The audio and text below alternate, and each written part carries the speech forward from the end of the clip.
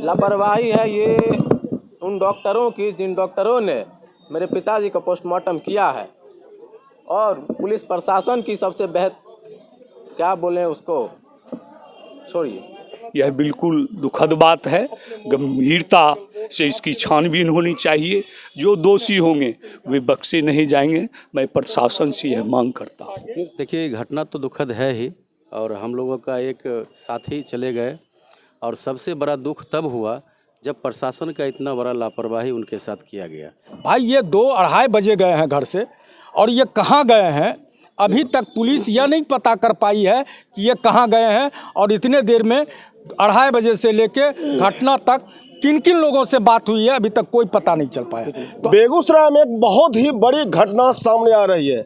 जिला पार्षद के सदस्य थे शिवचंद्र महतो, जो क्षेत्र संख्या 18 के पार्षद थे। उनके परिजनों को सूचना मिलती है कि सड़क हादसा हो गया है जिसमें उनकी जान चली गई है। परिजन खबर सुनते ही एकदम से मर्माहत हो जाते हैं, हड़कंप मच जाता है, कोहराम मच जाता है परिजनों में। लेकिन उससे भी बड़ी खबर तब सामने आती है जब पता चलता है कि शिवचंद्र महतो की मौत सड़क हादसे में नहीं हुई है। आपको बता दें कि ये शुक्रवार की घटना है। शुक्रवार को जब सड़क हादसे की बात सामने आई, पुलिस ने शव को पोस्टमार्टम के लिए सदर अस्पताल भेजा, और रात में उनका पोस्टमार्टम हुआ। शनिवार को जब परिजन उन्हें दाह संस्कार के लिए ले गए सिमरिया, और चिता पर जब शव रखा गया, जब कपड़ा बदला जाता है, तो उस समय परिजनों ने देखा कि उनके शरीर पर छेद है, और ये छेद आशंका हुई कि गोली का निशान का ये छेद है। इसके बाद परिजनों ने फिर से, ग्रामीणों ने, परिजनों ने, तमाम जो जिला परिषद के सदस्य हैं, जो भी जनप्रतिनिधि हैं, तमाम लोग सक्रिय हुए। उसके बाद फिर से उनका बॉडी सदर अस्पताल में लाया गया। अभी देख सकते हैं आप, यहाँ पर डेड बॉडी है, सदर अस्पताल में री पोस्टमार्टम के लिए लाया गया है। और यहाँ पर बहुत सारे लोग हैं। हमारे साथ अमरेंद्र कुमार अमर, भूमिपाल राय जी हैं, सब लोग जनप्रतिनिधि हैं। क्या कहेंगे इस तरह की जो घटना सामने आ रही है, जो बातें आ रही है, इसको लेकर क्या कहेंगे? रात में अपने शिवचंद्र महतो के मौत की खबर आई, और उस समय ही परिजनों ने कहा और सारे लोगों ने कहा कि ये हत्या का मामला है, और इसके बावजूद इसका आनन फानन में पोस्टमार्टम कराया गया और परिजनों को 3 बजे रात में सुपुर्द कर दिया गया। ये गंभीर मामला है, और जो इंजरी सामने आ रहे हैं वो पॉइंट ब्लैंक रेंज से मारे गए हैं, चेयरिंग वुंड से हैं। शिवचंद्र महतो की हत्या हुई है, और इसमें जो लोग आनन फानन में रात में ही पोस्टमार्टम करने, रात में ही लाश को परिजनों को सुपुर्द करने में शामिल रहे हैं, और जो डॉक्टर बिना उसके पूरे शरीर के वस्त्र हटाए, दोनों बाह बाजू में जैकेट लगा हुआ है और पेट चीरकर उसका सही रूप से पोस्टमार्टम कर दिया, ये साफ बताता है कि एक हत्या के मामले को दुर्घटना बनाकर, और जो लोग इसमें शामिल हैं, जो पुलिस अधिकारी इंक्वेस्ट में शामिल है, जिसने जख्मों का प्रतिवेदन इंक्वेस्ट किया, और साथ ही साथ जिसने सही रूप से पोस्टमार्टम किया, ये सारे लोग इसमें कसूरवार हैं। हम जिला प्रशासन से मांग करते हैं कि जिला प्रशासन इसकी निष्पक्ष जांच कराए। फिर बताते हैं आपको, पोस्टमार्टम करा के यहाँ से हम गए ना, तो वो सिर्फ पूरा बॉडी का अच्छे से चेकअप नहीं किया, यानी पोस्टमार्टम जो तरीका होता है पोस्टमार्टम करने का, उस तरीके से पोस्टमार्टम नहीं किया। ठीक है, वो जैसे तैसे जस तस अपना काम करके हमको बॉडी दे दिया।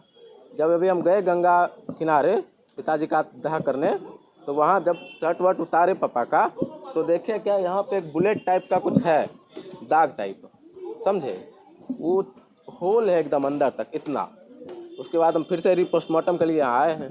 अब देखिए क्या होता है। सूचना मिली थी आप लोगों को? पहले हमको सूचना मिली थी क्या कि एक्सीडेंट है, लेकिन पिढ़ौली में जी।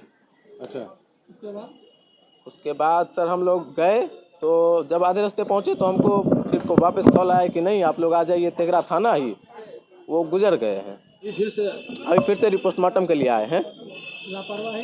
लापरवाही है ये उन डॉक्टरों की जिन डॉक्टरों ने मेरे पिताजी का पोस्टमार्टम किया है, और पुलिस प्रशासन की सबसे क्या बोलें उसको, छोड़िए, लापरवाही सामने आया है। जी जी जी, लापरवाही तो पूरी तरह से है। क्या नाम है आपका? सोनू कुमार। आपके कहने का मतलब कि पिताजी की हत्या हुई है। जी जी, मेरे पिताजी की निर्मम हत्या की गई है अपराधियों द्वारा, उसमें साठगांठ पुलिस की भी है और उसके साथ साथ उन डॉक्टरों की है जिन्होंने पोस्टमार्टम किया है।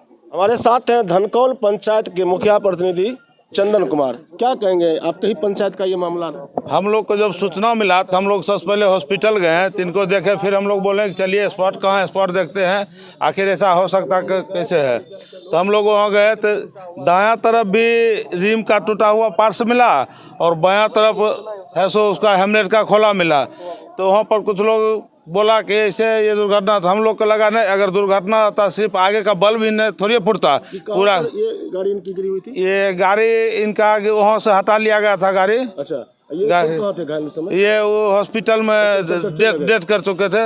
वहाँ पर हम लोग गए तो बोले तो ऐसा नहीं लगता है कि गाड़ी भी हटाई थी, एगो कुछ नहीं हुआ है और सिर्फ आगे शीशा ही फूटेगा, गाड़ी भी डैमेज होगा। डेथ करने का मतलब यहाँ पर इनका कर था, हम लोग देखे थे यहाँ पर कर था, डेथ कर चुके थे। तो वहाँ पर कुछ लोग आए, बोले नहीं पीछा ट्रक आगे से रोका था और ये एक बैग ब्रेक मारा, पीछे से मार दिया। अगर पीछे से मारते तो पूरा शरीर गाड़ी भी डैमेज होता, सिर्फ हेडलाइट तो नहीं। तो हम लोग वहीं से कर रहे थे कि ये एक्सीडेंट नहीं, ये हत्या है। आप लोग वहीं से आशंका जता रहे हैं? हाँ, वही से आशंका, हम पूरे सभी लोग थे 150 अपने ग्रामीण साथ गए थे, सभी लोग वहीं से आशंका जता रहे थे इस बात का। हम लोग हर वक्त कहते भी रहे हैं। अभी आप कहाँ आए फिर से? फिर वहाँ से आए, रात में पोस्टमार्टम के लिए सुबह 5 बजे यहाँ से करा गए। फिर वहाँ घर से लेकर दाह संस्कार के लिए गए। तो जब वहाँ पर सब लड़का लोग हम बाहर, हम बहुत मतलब विचलित हो चुके थे, तो बैठ गए बाहर। जब वहाँ जब नहाने की बारी आया तो देखा कि कहा भैया चलो न, से छेद है बायां पर। हम गए तो देखें तो एकदम 4 इंच 3 इंच छेद था, लगा ये बायां कंधा पर छेद था यहाँ पर। तो एकदम लग रहा था कि गोली मारा हुआ, उसी टाइप का छेद था। तो फिर से पोस्टमार्टम जी, तो फिर से सभी आदमी से बातचीत हुआ, इंस्पेक्टर साहब को बोला गया, सब आदमी डीएम साहब को हम अपने से बात किए हैं, बोले सर ऐसे ऐसे बात है, ये छूट गया है। तो बोले ठीक है हम दिखवाते हैं फिर से। तो फिर से लोग बोले कि चलिए फिर से ये पोस्टमार्टम करते हैं। फिर हम लोग यहाँ हैं जी।